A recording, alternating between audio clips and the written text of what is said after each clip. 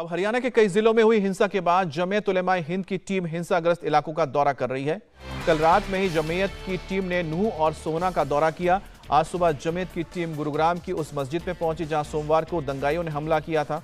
दंगाइयों ने मस्जिद में खड़ी गाड़ी में तोड़फोड़ की थी, मस्जिद के अंदर पथराव किया था। दंगाइयों के हमले में मस्जिद के मौलवी की मौत हो गई।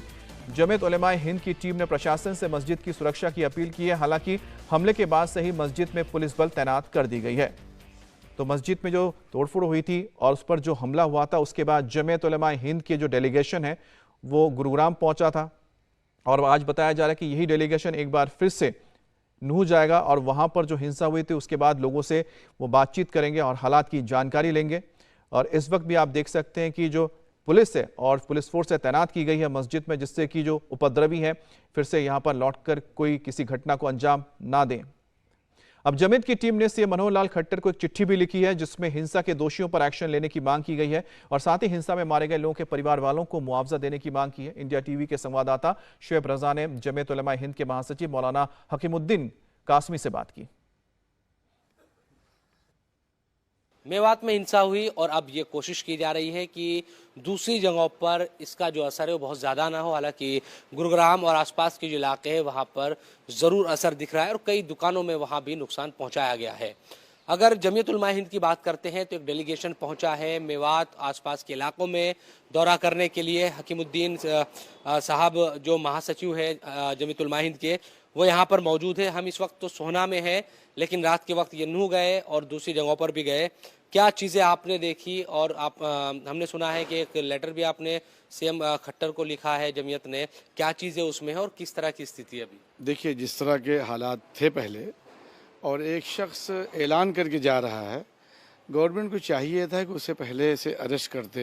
5 महीने से वो उसकी तलाश जारी है और वो मिल नहीं रहा है। जी हाँ जी, और ऐलान करके जा रहा है और आपने छूट दे रखी है।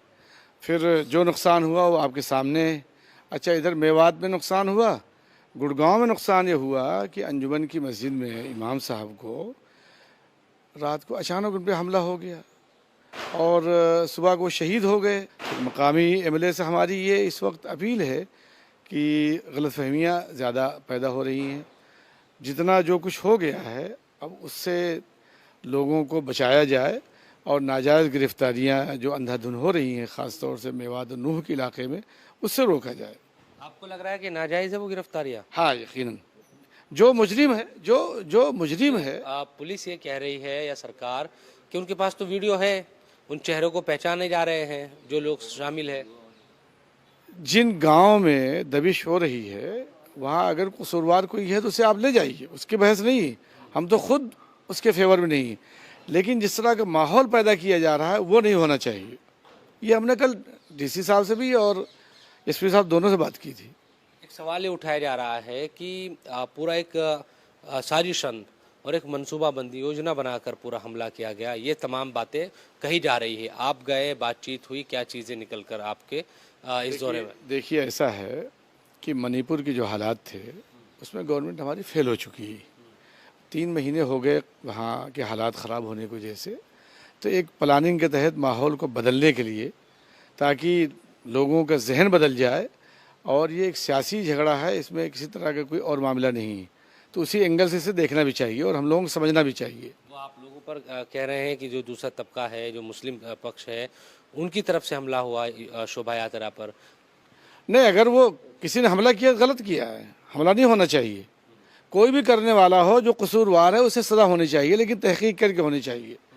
एक तो वो कसूर है कि उन्होंने हमला किया है, दूसरा कसूर यह है कि लोग ऐलान करके आ रहे हैं, उन पर कोई रोक टोक नहीं। हालांकि पहले से मालूम था, पुलिस को अपना काम करना चाहिए था, एजेंसियों को काम करना चाहिए था।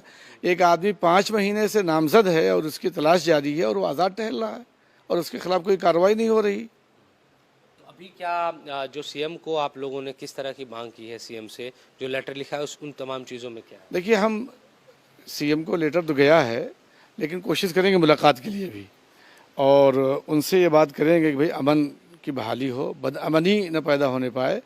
और यहाँ जो हादसा हुआ है या जो भी बेकसूर लोग मारे गए हैं, गवर्नमेंट उनको सही मुआवजा दे। जैसे मिसाल के तौर पे 2 होमगार्ड वहाँ मार दिए गए, गवर्नमेंट चाहिए कि उनको सही मुआवजा दे, या जिनका भी जानी नुकसान हुआ है उनका मुआवजा भी दे और उनको सही तरह से गवर्नमेंट मुलाजमत का भी इंतज़ाम करे। गुड़गांव में हाफिज़ साद का कत्ल हुआ, उनके साथ भी होना चाहिए। जहां जो हादसे हुए हैं वो इंसाफ के साथ होना चाहिए। इंडिया टीवी हर वक्त हर जगह डाउनलोड करने के लिए सर्च करें India TV news Google play store या ऐप स्टोर पर।